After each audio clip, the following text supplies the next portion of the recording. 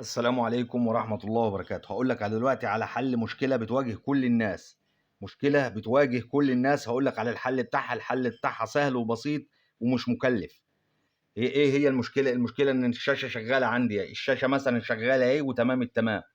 الشاشة شغالة وتمام التمام، اما اجي انا بقى والشاشة شغالة كده، اجي اعيد كوبس كهرباء او اعيد مفتاح كهرباء او اشغل اي موتور او اشغل اي لمبة، الشاشة بتقفل. الشاشة بتقفل ثانية كده وتروح راجعة تاني. زي كده هوريك اهو، ايد كده يا باشا الشاشة شغالة اهي. انا هقيد كده الكهرباء اهي، الشاشة شغالة اهي وتمام التمام. هقيد الكهرباء، ايد كده يا باشا. بص اهي الشاشة فصلت اهي وترجع تاني. ايد تاني كده الشاشة شغالة اهي، هنقيد الكهرباء اهو، بتروح الشاشة فاصلة بالطريقة دي. واخد بالك؟ الحل ايه بقى؟ الحل يا باشا في انك انت هتجيب القطعة دي، هتشتري القطعة دي اهي. اهي وصلة اسمها وصلة 3 في 1، وصلة اسمها وصلة 3 في 1، ودي ب 15 جنيه موجودة عند كل بتوع الدشات. وصلة 3 في 1. طب الوصلة دي فايدتها ايه؟ الوصلة دي هنوصلها في الريسيفر والشاشة. بين الريسيفر والشاشة هتمنع الهزة اللي انت شفتها دي، وهتشغل لك الشاشة تمام التمام. تيجي تقيد اي مفتاح كهرباء او تشغل اي حاجة في الكهرباء، الشاشة ما تقفلش معاك القفلة اللي انت شفتها دي. واخد بالك؟ دي الوصلة اهي 3 في 1 اهي، هنجيبها ونوصلها في الريسيفر. ده الريسيفر اهو يا باشا. في مدخل هنا عندك في الريسيفر هنا اسمه مدخل اي في اهو.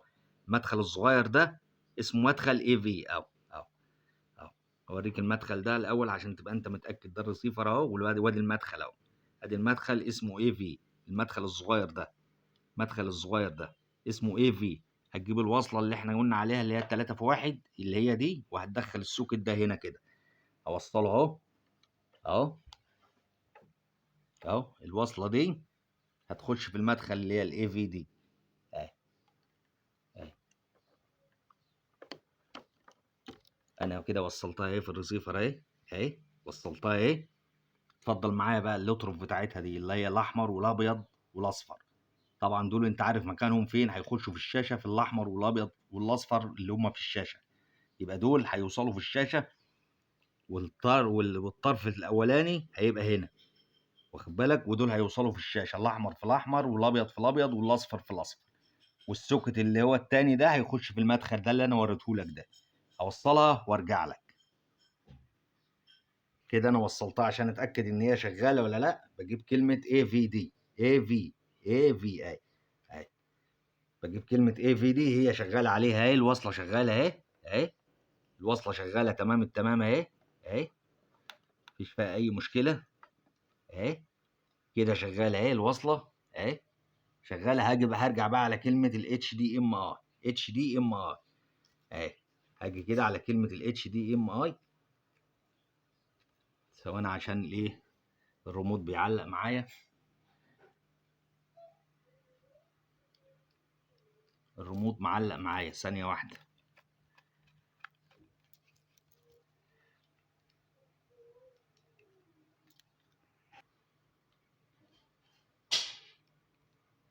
اهي هاجي على كلمه الاتش دي ام اي كده واشغلها تاني زي ما كانت اهي.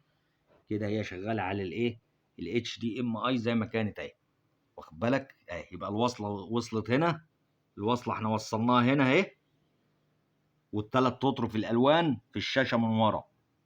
والوصله الاولانيه في الريسيفر اهي. وكابل الاتش ام اي، الاتش دي ام اي واصل زي ما هو في الريسيفر، مالناش دعوه بيه. انا مجرد ان انا بوصل وصله وخلاص عشان تمنع الهزه اللي بتاعت الشاشه. جرب بقى كده يا باشا. اه بص الشاشه اهي شغاله اهي.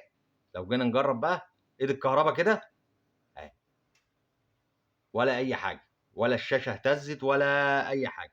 اهي كل حاجه تمام وزي ما هي وزي الفل. الوصله دي هتمنع لك طفيان الشاشه وايدانها اللي انت بتشوف. جرب تاني كده اخر مره اهو، ولا اي حاجه اهي. كله تمام اهو، والوصله شغاله و10 على 10 وتمام. دي الوصله دي هتمنع لك الهزه اللي بتتهزها الشاشه، والفصل اللي هو ايه بيقعد ثانيه او اتنين ده بس. لو عجبك الفيديو اعمل لايك للفيديو واعمل اشتراك في القناه. استنونا في فيديوهات تانية. والسلام عليكم ورحمة الله وبركاته.